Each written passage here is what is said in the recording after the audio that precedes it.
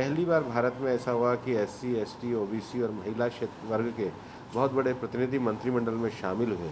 लेकिन कांग्रेस ने, जिसने देश में इमरजेंसी भी लगाई थी, जिसने बार बार देश की संवैधानिक संस्थाओं को कुचलने का प्रयास भी किया, उन्होंने संसद को चलने नहीं दिया। पहली बार भारत में ऐसा हुआ कि माननीय प्रधानमंत्री जी को मंत्रिमंडल का परिचय भी नहीं कराने दिया और देश की संसद को कांग्रेस ने एक तरीके से बंधक बना के रखा। कांग्रेस की जो लोकतंत्र को कुचलने की प्रवृत्ति है, इस पर जनता के साथ संवाद करने के लिए देश के नए मंत्रियों की जन आशीर्वाद यात्रा हुई थी।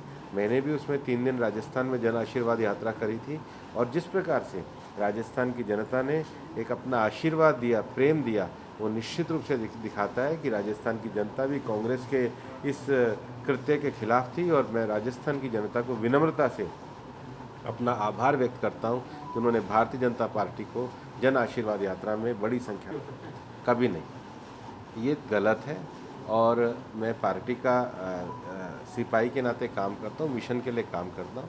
ऐसा कोई भी विषय नहीं है, ये पूरी तरीके से गलत है, मैं इसको खारिज करता हूँ। देश में कोयले का संकट बढ़ रहा है, सरकार पूरी संवेदना के साथ लगी हुई है, लगातार इसकी मॉनिटरिंग कर रही है और सरकार की तरफ से पूरी तरीके से आश्वस्त भी किया गया है। अशोक जी ने कहा है कि केंद्र की वजह से ये समस्या है। अब वो जानते हैं कि किसका कोल में कितना बकाया है, सरकार के द्वारा लागू किया गया है, किस प्रकार से इन्होंने बार बार चेतावनी के बावजूद स्टॉप नहीं किया, सरकार के द्वारा बताया गया। सरकार ने पूरा स्टेटमेंट इस पर जारी किया है, सरकार पूरी संवेदनशीलता के साथ इस पर लगी हुई है। भारत सरकार के श्रम मंत्रालय के लेबर ब्यूरो के द्वारा पहली बार एक सर्वे सरकार के निर्देश के अंतर्गत किया गया है। अभी तक जो हमारा देश में रोजगार का सर्वे होता था वो कार्यबल के आधार पे होता था।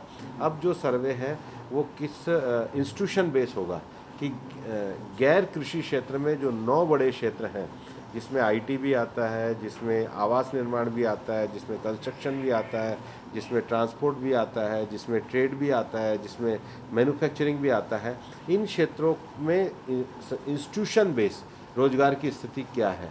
और हमने देखा है कि जो अभी सर्वे, पहला क्वार्टरली सर्वे जो आया है, उसमें बताया गया है कि 2013-14 के अगर इकोनॉमिक ईयर को बेस रखा जाए तो अकेले आईटी सेक्टर में 152% रोजगार की वृद्धि हुई है। और इसलिए सरकार के द्वारा अब ये क्वार्टरली एक इंस्टीट्यूशन बेस्ड सर्वे का जो कार्यक्रम शुरू किया गया है, ये क्वालिटी रोजगार, स्किल डेवलपमेंट के द्वारा उनका स्किलिंग करना और सरकार के जो निवेश के कार्यक्रम हैं, उस निवेश के कार्यक्रम से रोजगार के अवसरों को बढ़ाना, ग्रामीण और शहरी दोनों क्षेत्रों में सरकार पूरी तरीके से प्रतिबद्ध है। और जिस प्रकार से हमारी अर्थव्यवस्था के कुछ अच्छे आंकड़े आ रहे हैं, वो इस बात को दर्शाता है कि कोविड की इस महामारी के बाद भारत एक सक्षम और सबल आत्मनिर्भर भारत के रास्ते पे आगे बढ़ गया। नहीं, बीजेपी वाले तो विरोध दर्ज ही करा रहे हैं कि मुख्यमंत्री शासन को ठीक नहीं चला रहे हैं। और मैं कहता हूँ मुख्यमंत्री नहीं, कांग्रेस के लोग भी विरोध दर्ज करा रहे हैं। सचिन पायलट भी बार बार ये कहते हैं कि मैं मुख्यमंत्री जी ठीक ढंग से शासन नहीं चला रहे हैं। ये तो पूरा असंतोष भरा शासन है। राजस्थान में सरकार कहाँ चली है? राजस्थान में तो रुमाल झपट्टे का खेल हुआ है। एक टीम का नेतृत्व तो कभी सचिन जी करते हैं, एक टीम का नेतृत्व मुख्यमंत्री जी करते हैं। जनता इस बात से पूरी तरीके से परेशान है। ये तो गहलोत जी का जो शासन है, गहलोत जी को तो नैतिकता के आधार पर लोगों से माफ़ी मांगनी चाहिए। राजस्थान वैक्सीनेशन में किस प्रकार का हाल केंद्र के सहयोग के बाद करा है?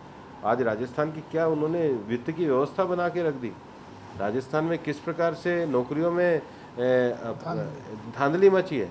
मतलब सरकार एक परिवार की और नौकरी एक परिवार की, ऐसे कभी पारदर्शिता के साथ शासन नहीं चलता है। और इसलिए विरोध बिल्कुल दर्ज कराएंगे।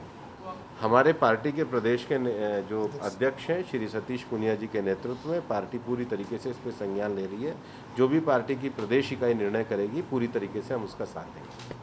राजस्थान से आपका विशेष नाता है, मेरा भावनात्मक संबंध है। मेरी शिक्षा भी हुई है और राजस्थान के विकास के लिए, यहाँ के अभयारण्यों के लिए, यहाँ हमारे अच्छे टाइगर रिजर्व बने, इसके लिए पर्यावरण की दृष्टि से हमारा मंत्रालय भी सक्रिय है। और जो भी जिम्मेदारी राजस्थान के मेरे साथी सांसद मेरे को लगाते हैं, उसको दिल्ली में मैं पूरी तरह से विनम्रता से पूरा करने। नहीं, ऐसा नहीं है। देश पूरी शांति के साथ, लोकतंत्र के साथ, अंतर्राष्ट्रीय मानकों के साथ आगे बढ़ेगा।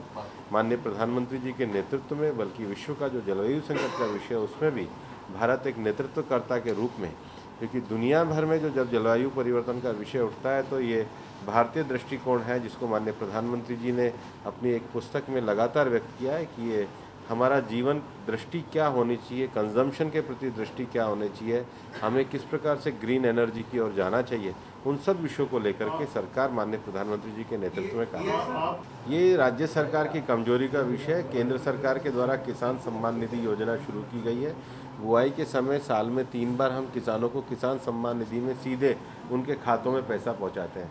राज्य सरकार की जहां कमियां हैं वहाँ राजस्थान कमज़ोर है, क्योंकि ज़्यादा चिंता उनको एक दूसरे की है, उनको अपने खेल की है, राजस्थान की जनता।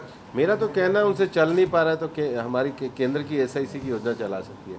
गहलोत साहब को सोचना चाहिए, उनको एक ESI का अस्पताल 100 बेड का जो बना के दिया है, जोधपुर में कितनी अव्यवस्था की स्थिति है, विचार करना चाहिए। और मैं तो पत्र भी लिखता हूँ। धन्यवाद।